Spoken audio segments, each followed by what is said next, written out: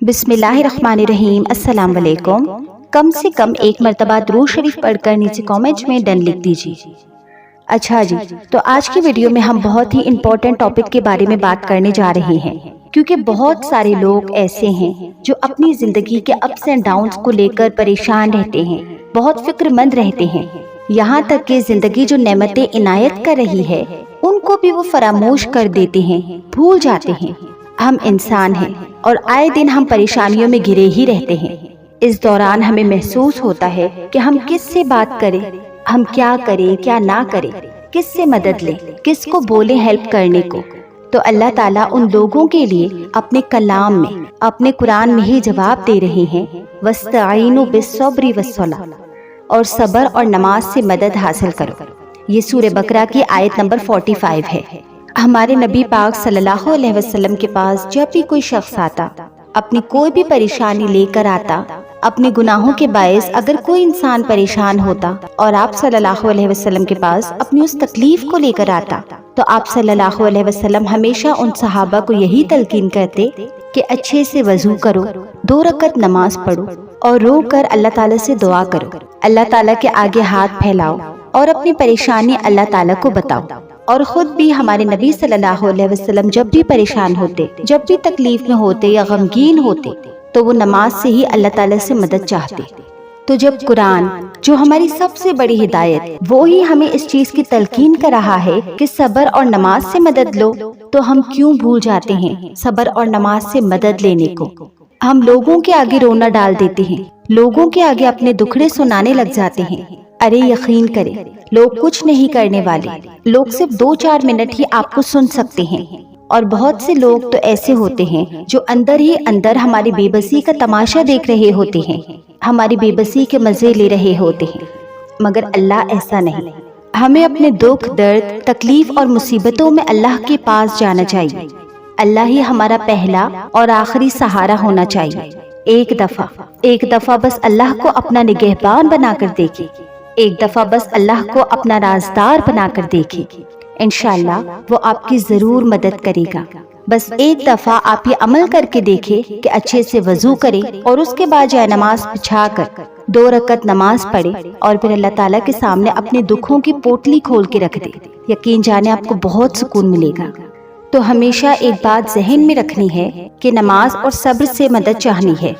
جو ہو رہا ہے اس پر صبر کیجیے، نماز پڑھیے اور ہر چیز کو اللہ کریم کے حوالے کر دیں اور بس اسی سے مدد چاہیے۔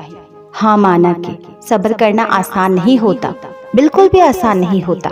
جو تکلیفوں میں مبتلا ہوتے ہیں انہیں ہی معلوم ہوتا ہے کہ صبر کتنا زیادہ مشکل ہے۔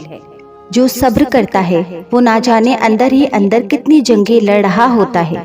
جو صبر کرتا ہے اسے ہی معلوم ہوتا ہے کہ تکلیف، درد اور اذیتیں کیا ہوتی ہیں۔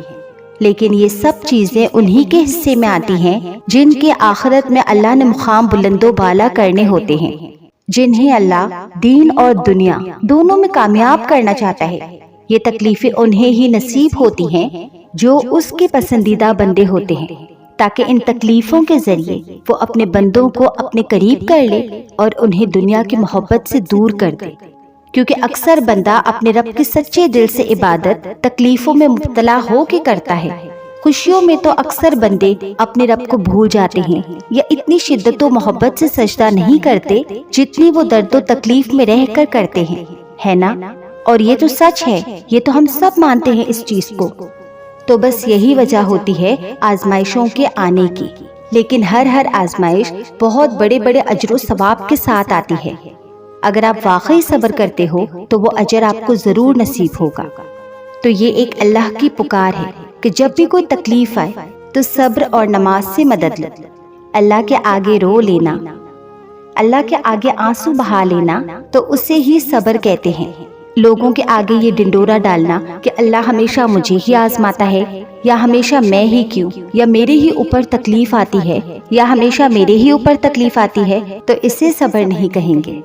تو صبر کریں اور پھر اللہ کے آگے نماز پڑھ کر دعائیں کریں، اللہ کے آگے نماز پڑھ کر اپنے دکھڑے سنائیں، چھوٹی سے چھوٹی بات جو آپ کے دل کو تنگ کر رہی ہے وہ بھی اللہ کو بتائیں۔ یقین کریں کہ اللہ بیزار نہیں ہوتا، اللہ کو اکتاہٹ نہیں ہوتی، اگر آپ جتنی دفعہ بھی اللہ کو اپنی تکلیف بتائیں گے، اپنی پریشانی بتائیں گے، اللہ اکتائے گا نہیں، اللہ بیزار نہیں ہوگا، کیونکہ اللہ سبحانہ و تعالیٰ کے یہاں ہمارے ہر عمل کا وقت پہلے سے ہی مقرر ہے، گرنے کا بھی اور سنبھلنے کا بھی، درد کا بھی اور صبر کا بھی، اور نہ ہی وہ کبھی ہم پر برداشت سے زیادہ بوجھ ڈالتا ہے، جس سے ہم بے حد تکلیف سمجھ رہے ہوتے ہیں وہ بھی ہمارے حد میں ہی ہوتی ہے۔ اور یاد رکھیں کہ اللہ کبھی بھی کسی کی طاقت سے زیادہ اس پر پریشانی نہیں لاتا۔ کیا آپ نے سنا نہیں، ان مع العسر یسرا، کہ بے شک ہر مشکل کے ساتھ آسانی ہے۔ تو جس طریقے سے اللہ تعالیٰ نے ہر چیز کے پیر بنائے ہیں، جیسے خوشی اور غم کے، آسمان اور زمین کے، دن اور رات کے، تو اسی طریقے سے اللہ تعالیٰ نے مشکل اور آسانی کا پیر بنایا ہے۔ اگر مشکل ہے تو مشکل کے بعد یقیناً آسانی آئے گی۔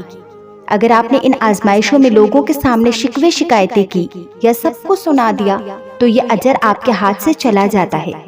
اسی لیے کوشش کیجیے کہ تکلیفوں میں اپنے درد اور آنسوؤں کو اپنے تک رکھنے کی مدد چاہیے تو نماز پڑھیے اور صبر کریں، اللہ کے سامنے روئیں، سجدوں میں روئیں، آپ کو یقیناً حل بھی ملے گا اور پلس اللہ تعالیٰ سے محبت میں اضافہ بھی ہوگا انشاءاللہ۔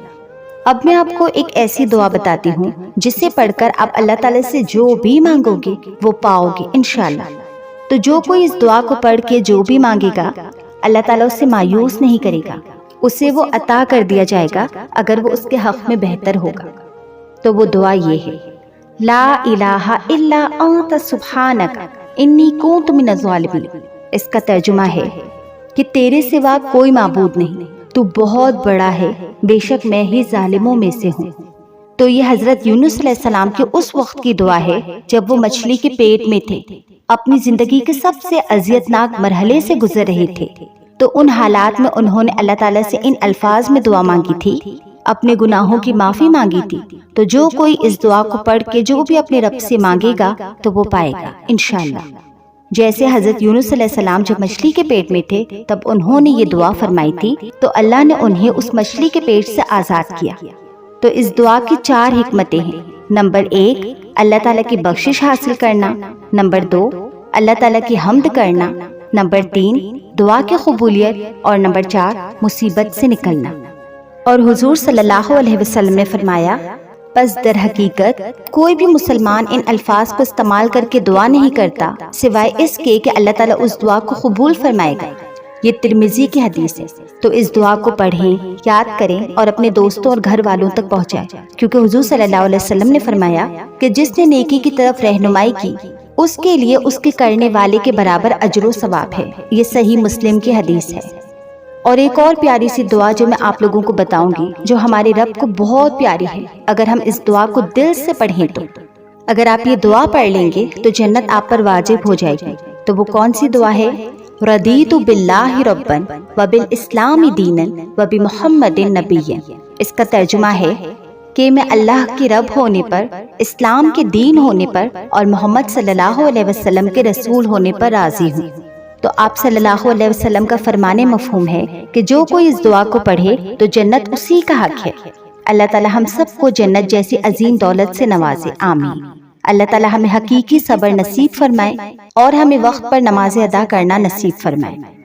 اور ایک بات ہمیشہ یاد رکھیں کہ ممکن ہے کہ جس چیز میں اتنی دیری لگ رہی ہے اسی میں آپ کی بہتری ہے، کیونکہ ہم نہیں جانتے، اللہ جانتا ہے۔ ہمیں حکمت کا علم نہیں، اللہ تعالیٰ کو حکمت کا علم ہے، وہ حکمتوں کو جاننے والا ہے، اس کی حکمت سے ہی ہر فیصلہ ہوتا ہے۔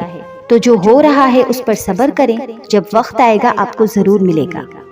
ممکن ہے کہ آپ کی شادی میں رکاوٹوں کا آنا، آپ کا نکاح ابھی نہ ہونا، اسی میں ہی آپ کی بھلائی ہو۔ ممکن ہے کہ آپ کا جو نکاح ہو کر ٹوٹ گیا ہے اسی میں ہی آپ کا سکون لکھا ہو۔ ممکن ہے کہ آپ کا اولاد ہونے میں رکاوٹ ہونا یا اولاد نہ ہونا اسی میں اللہ نے بہتری رکھی ہو۔